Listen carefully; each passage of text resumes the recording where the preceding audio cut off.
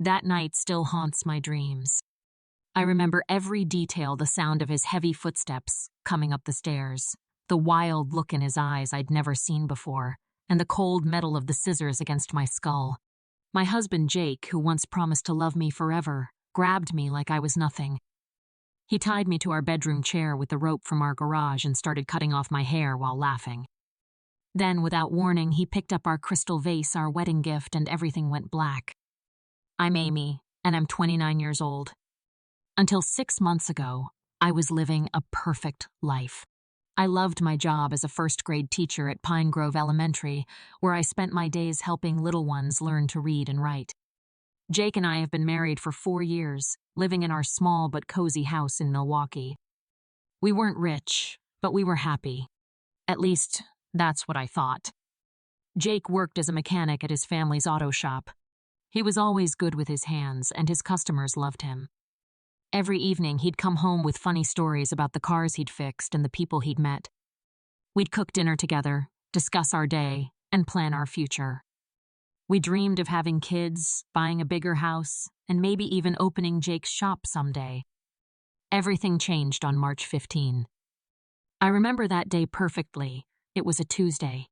Jake called me at school, his voice shaking with excitement. Amy, baby, we did it. We won. $10 million. I had to sit down. The lottery ticket we'd bought on a whim had hit all 6 numbers. At first, we were overjoyed. We hugged, cried, and spent all night planning our new life. The first month was like a dream. Jake quit his job at the shop, saying he deserved better than fixing other people's cars. We moved into a big house in the expensive part of town. New cars appeared in our driveway. Designer clothes filled our closets. But something else was changing too, something in Jake. It started small. He'd snap at servers who got his order wrong. He'd brag about our money to strangers. Then he started talking down to me, saying I should quit my little teaching job because we no longer need the money. But I loved teaching, it wasn't about the money. Why do you want to waste time with those kids when we could travel the world? He'd say. You're embarrassing me, having my wife work like we're still poor. His voice got meaner each time we talked about it. The warm, funny man I married was vanishing, replaced by someone cold and obsessed with showing off our wealth. Soon, Jake started spending time with a new crowd, rich guys who treated their wives like accessories. He'd come home late, smelling of expensive whiskey, talking about investments and offshore accounts. When I asked questions about our money, he'd shut me down. You wouldn't understand, he'd say. Just let me handle everything. The control got worse every week. First, he took my name off our joint accounts. Then he started checking my phone, questioning who I talked to. He even hired a driver to take me to school and back, saying he wanted me to travel in style, but I knew it was really to track my movements. My best friend Maria noticed the changes in me. Amy, you're so quiet lately, she said during lunch break one day. Is everything okay? I wanted to tell her everything, but Jake's voice echoed in my head. Our problems stay private. Don't you dare make me look bad. That fateful night started with an argument about money again. I discovered that Jake had sold my grandmother's antique jewelry collection without asking me. Those pieces were my only connection to her, meant to be passed down to my future daughter. When I confronted him, something in his eyes changed. You ungrateful witch, he spat, his words slurring from the expensive scotch he'd been drinking all evening. I've given you everything. A mansion, designer clothes, a life most people only dream of. He backed me into a corner, his face red with rage. But you're still the same small-town nobody, aren't you? Before I could react, he grabbed me by my hair, the hair he always said he loved. I fought back, but he was stronger. He dragged me upstairs to our bedroom and tied me to the chair with rope he'd brought up from the garage. My screams seemed to make him angrier. Do you want to keep teaching those brats? Looking like some poor teacher's wife, he grabbed the scissors from my crafting desk. Let's see how they look at their teacher now. The sound of the scissors cutting through my hair filled the room. Chunks of my brown hair fell around me as tears streamed down my face. I begged him to stop, but he just laughed. Then he saw me looking at the door, probably thinking about escape. That's when he grabbed our wedding vase. "You're not going anywhere," were the last words I heard before everything darkened. I don't know how long I was unconscious, but when I came to, my head was throbbing. Blood had dried on the side of my face, and Jake was passed out on our bed, the empty scotch bottle on the floor. The ropes were tight, cutting into my wrists, but fear gave me strength I didn't know I had. I remembered a movie where someone escaped from ropes by dislocating their thumb. It took everything I had not to scream from the pain as I worked my hand free. My fingers trembled as I untied the other knots. Every time Jake moved in his drunken sleep, my heart stopped. Finally free, I knew I had only minutes to escape. I grabbed my purse, phone, and the emergency cash I'd hidden in my classroom craft supplies, $500 that Jake didn't know about.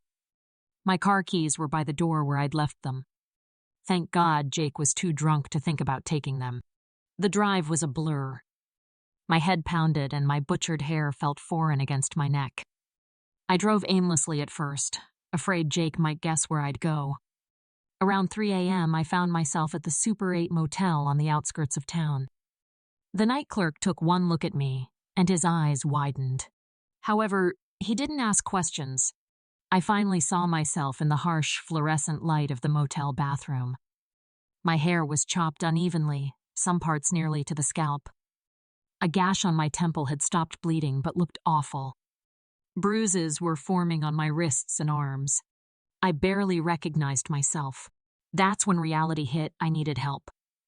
But who could I trust? Jake had pushed away most of my friends over the past months. Then I remembered Mr. Harrison, one of my students' fathers. He was a lawyer who specialized in domestic violence cases. He'd given me his card once after noticing a bruise on my arm that I'd blamed on bumping into a door. I dialed his number with shaking hands, not caring that it was barely 5 a.m. "Mr. Harrison? I'm sorry, it's so early." My voice cracked.